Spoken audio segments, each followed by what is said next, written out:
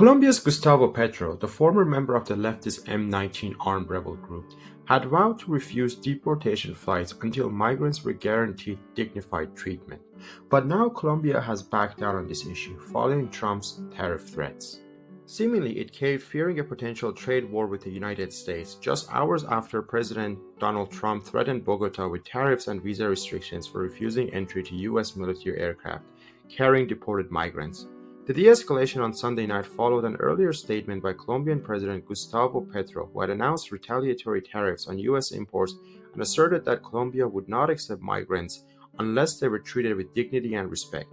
The White House statement said Colombia had agreed to all of Trump's terms, including unrestricted acceptance of all illegal aliens from Colombia returned from the United States, including on U.S. military aircraft, without limitation or delay.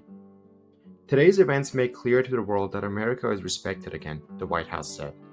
In order to achieve this, however, Trump has set a very dangerous precedent.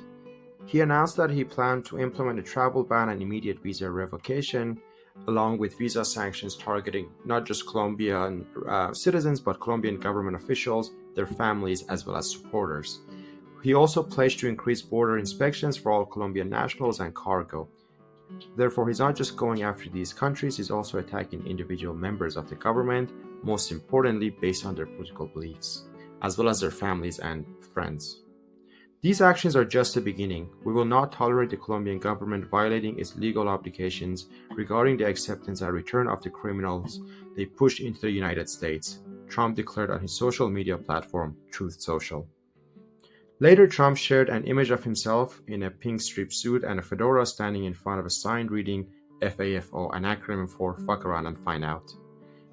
In response, President Petro quickly announced plans to counter retaliatory tariffs of up to 50%. In a lengthy attack on X, Petro, the former member of the leftist M19, came out swinging.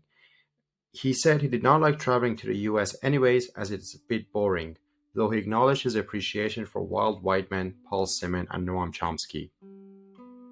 My land is made up of goldsmiths who worked in the time of the Egyptian pharaohs and of the first artists in the world in Chiribikete, Petro said. You will never rule us, he said. The warrior who rode our lands shouting freedom, who is called Bolivar, opposes us. Petro had said earlier he had refused the deportation flights to send a message that the US, quote-unquote, cannot treat Colombian migrants as criminals. I cannot allow migrants to remain in a country that does not want them, but if that country sends them back, it must be with dignity and respect for them and for our country, he said in a post on X, which included news footage showing deportees in Brazil at an airport with their hands and feet restricted. As it stands now, the government of Colombia has denied transportation of migrants by US military planes, fearing their mistreatment, and instead decided to send a presidential plane for that task.